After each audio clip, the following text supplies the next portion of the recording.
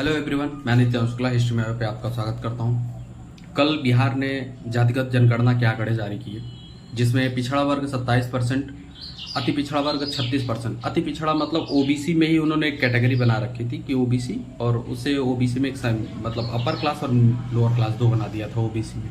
उसके बाद सामान्य का 15% लगभग, अनुसूचित जाति 19%, अनुसूचित जनजाति मतलब एससी और एसटी जो है 1.68 और एससी जो है 19%, 19%। अब ये आंकड़े जारी किए, कह रहे हैं सभी लोग, ये कह रहे हैं कि ये मास्टर स्ट्रोक है बिहार के मुख्यमंत्री नीतीश कुमार का। सरकार ये आंकड़े क्यों नहीं जारी करना चाहती थी? कभी सोचा आपने? ये आंकड़े की डिमांड बहुत पहले से की जा रही थी, सरकार ये आंकड़े क्यों नहीं जारी करना चाहती थी? मेरे हिसाब से, मेरा ओपिनियन है कि ऐसे आंकड़े जारी करने से शायद लोगों के प्रति लोगों के एक माइंडसेट बन जाएगा कि हमारी संख्या ज़्यादा है और जो हमें आरक्षण मिल रहा है वो कम है, और ये विशेषकर ये मुद्दा फिर उठेगा। और जातिगत जनगणना की डिमांड भी इसी के लिए की जा रही थी, लेकिन ये शायद गलत तरीका, और ये जो जहर डाला जाएगा इसका असर बहुत बाद में दिखेगा और हम सब इसका असर देखेंगे, क्योंकि इसका ये मुद्दा कभी ख़त्म नहीं होगा। अब बीजेपी ये मुद्दा उठा रही थी कि हिंदू और मुस्लिम मतलब दो पार्ट में बांट के 80 और 20% की लड़ाई चल रही थी, तो 80% हिंदू हैं तो हिंदुओं का वोट बीजेपी को मिल जाएगा, ये माइंडसेट बीजेपी का था। इन्होंने उस 80% में सेंध लगाने के लिए कई पार्ट में इन चीज़ों को डिवाइड कर दिया जातिगत जनगणना के आधार पे कि ये बढ़ जाएंगे तो हमारी सरकार बन जाएगी। इसीलिए पिछले कुछ दिनों में राहुल गांधी इस चीज़ की डिमांड कर रहे हैं, जबकि वो सरकार में थे, तो इसके पहले भी डिमांड हो रही थी, कभी आंकड़े जारी नहीं किए गए। कारण ये सरकार इसलिए नहीं करना चाहती थी क्योंकि ये फिर एक लोगों के दिमाग में फिर आरक्षण का एक बड़ा मुद्दा उठ जाएगा कि हमें आरक्षण उतना चाहिए। अभी कुछ लोग आवाज़ इसको उठा भी रहे हैं कि संसाधनों पे उनका भी हक है, देश के जो संसाधन है उसमें उनका उतना ही, जितना परसेंट उनकी जनसंख्या है उतनी हिस्सेदारी भी होनी चाहिए। तो वो कह रहे हैं कि कुछ परसेंट लोगों, जैसे अगर सामान्य वर्ग का देखा जाए 15%, तो वो कह रहे हैं सामान्य के लिए 15-50% है रिजर्व सीटें। ऐसा नहीं है, सामान्य किसी वर्ग के लिए नहीं है, सामान्य वर्ग में कोई भी आ सकता है, जब आप एग्जाम देते हैं आपको भी पता ही है। लेकिन अगर हम ये लड़ाई के हिसाब से और जातिगत आधार पर हमने रिजर्वेशन दे दिया, तो फिर आप समझेंगे कि मेरिट वाले लोगों का क्या, फिर क्वालिटी पर्सन फिर इंडिया में रुकेंगे।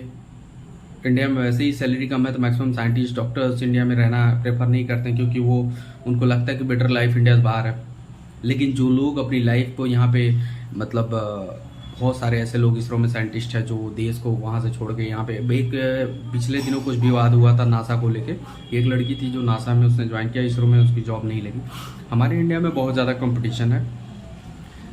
देखिए, कंपटीशन दो तरह का होता है, एक होता है पॉजिटिव, एक नेगेटिव कंपटीशन। पॉजिटिव कंपटीशन ये है कि अगर सामान्य वर्ग में अगर सब लोग जा सकते हैं तो आप ये काम करिए कि सामान्य वर्ग में आप संख्या बढ़ाइए, सामान्य वर्ग जो है अपने आप धीरे धीरे कम हो जाए। आप धीरे धीरे इतना पढ़िए, इतना टैलेंटेड बनिए कि जो सामान्य वर्ग के लोग जो 50% जो एरिया एक्वायर कर रहे हैं, वो धीरे धीरे वो 50% से 15% पे आ जाए। दूसरा तरीका है कि निगेटिव, मतलब अगर कोई आपके साथ कंपटीटर है, पढ़ रहा है, तो या तो आप टॉपर है तो या तो आप टॉप कर दीजिए, या तो उसको एग्जाम से बाहर कर दीजिए। आप अकेले एग्जाम देंगे तो आप ही टॉपर हैं, वो टॉपर रहेगा नहीं, वो तो बाहर हो जाएगा। कब ये लड़ाई खत्म नहीं होगी। आरक्षण अच्छी चीज़ है, आरक्षण होना चाहिए। आरक्षण बाबा साहब ने जिस लिए किया था उसका पूरा फल तो अभी नहीं मिला, लेकिन फ़ायदा दिखता है, हम सब देखते भी हैं। उन्हीं की देन है कि आज हम बस में हर जगह ट्रेवल करते हैं। तो अनटचेबिलिटी हो गई या फिर रिजर्वेशन का मुद्दा है, जिसकी वजह से उनकी भागीदारी बढ़ रही है। बहुत अच्छी चीज़ है। आप देखेंगे, आप महसूस कर लेते हैं अगर आप बाहर जाएंगे तो अब वो भेदभाव नहीं रहा, लेकिन अभी भी गांव में वो भेदभाव है। लेकिन दुख की बात यह है कि गांव में जो लोग रहते हैं, जैसे एससी कैटेगरी के कुछ लोग हैं जिनको मैं जानता हूं, कि जिनको मैंने देखा है कि जिनको ज़रूरत रिजर्वेशन की है, लेकिन उनको रिजर्वेशन नहीं मिल पाता। रीज़न क्या है कि सारे रिजर्वेशन लेके जाते हैं जो दिल्ली में बैठे हैं। एससी कैटेगरी में देखेंगे तो मीना कुछ लोग हैं जिनको मैं जानता हूँ कि जिनके बाप जो है डीजीपी थे, किसी के कुछ थे, उन लोगों ने वो एक्वायर करके रखा है। वो क्या है कि वो अच्छी जॉब में है, गवर्नमेंट जॉब में, उनके बच्चे इजीली कम पैसे में पढ़ लेते हैं, उनको हर जगह एडमिशन मिल जाता है क्योंकि वो प्राइवेट स्कूल में पढ़ते हैं, पैसे उनके पास है ही। लेकिन जो गांव में रहने वाला गरीब इंसान है वो नहीं पढ़ पाता। आज भी वो दूसरे क्षेत्र में मजदूरी करके अपना गुजारा कर रहा है। कारण ये है कि जो उसकी जगह है, जो उसके लिए रिजर्वेशन रखा गया था, वो वहाँ नहीं पहुँच पा रहा है। जिन लोगों ने, अब जैसे जनरल कैटेगरी की बात की जा रही है कि जिन्होंने एक्वायर करके रखा, उसी तरह की कहानी वहाँ भी है। इसीलिए क्रीमी लेयर लाया गया था, ओबीसी में क्रीमी लेयर बना दिया गया था। क्रीमी लेयर में यह था कि जो जिनकी इनकम 8 लाख से ऊपर है, प्रेजेंट के लिए जो रूल है 8 लाख से ऊपर है, वो जो है ओबीसी का आरक्षण नहीं लेंगे, ओबीसी रहते हुए भी। ठीक, ऐसे EWS जो दिया गया गवर्नमेंट ने जनरल कैटेगरी को दिया, उनका भी यही कहना था कि 8 लाख से जो ऊपर है इनकी इनकम, वो EWS में नहीं फिट बैठेंगे। लेकिन हो क्या रहा है, EWS सर्टिफिकेट हर कोई बना ले रहा है। अब जो बनाने वाले हैं, जो संस्थान है, जो लेखपाल है, वो ऐसे सारा काम हो जाता है।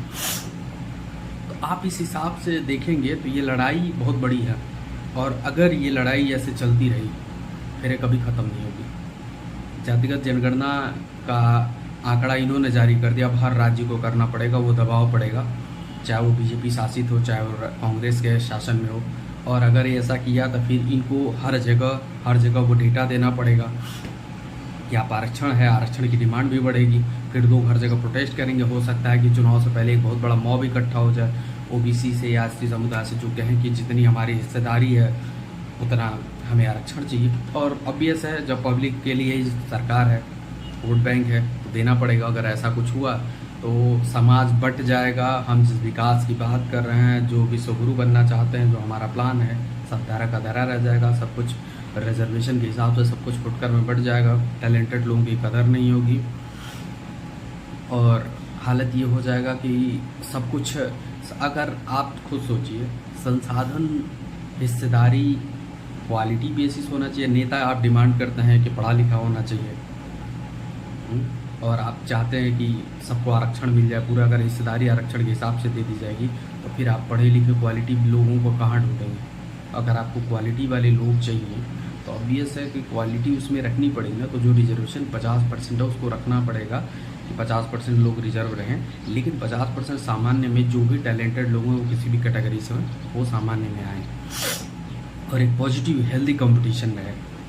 और मैं आरक्षण का शुरू से पक्षधर हूँ, क्योंकि आरक्षण क्यों होना चाहिए मैंने अपनी आंखों से देखा है, गांव में चाहे हर जगह जैसा व्यवहार हुआ है और जिस तरह की मनोदशा वो झेलते हैं, उनके लिए आरक्षण बहुत ज़रूरी है। बस इतना ही कहना था। लेकिन ये लड़ाई ख़त्म नहीं होगी, एक बार शुरू हो गई है, ये बहुत दूर तक जाएगी। इससे हम सबको समझना होगा और बड़ी संजीदगी से इसे देखना होगा। जो भी मेरी रिक्वेस्ट है, जो पढ़े लिखे लोग हैं, इसको समझदारी से समझने की प्रयास करें, कहीं भी किसी के बहकावे में ना आए। क्योंकि कल से अगर ये सर्वदलीय बैठक आज बिहार में हो रही है, कल के बाद से ये मुद्दा पूरे देश में उठेगा, और हर जगह ये मुद्दा धीरे धीरे उठेगा। और चुनाव तक, अगर मैं जहाँ तक सोच रहा हूँ, कांग्रेस इसे रुकने वाली नहीं है, वो हर जगह इसलिए प्रोटेस्ट करेगी। और उनका टारगेट ये है कि अगर ये 80% बट गए तो अब से सरकार बन जाएगी। तो सरकार बनाना उनका अधिकार है, और हर कोई राजनीति में है तो वो अपना फ़ायदा देखेगा, और ठीक भी है। BJP कहीं न कहीं बांट के ही जो है सत्ता में है। उन्होंने 80-20 की लड़ाई लड़ी, अभी 80 में लड़ाई लड़ रहे हैं। तो देखते हैं इसका असर क्या होगा। यही न्यूज़ थी, बस इतने के लिए आया था। बहुत बहुत धन्यवाद।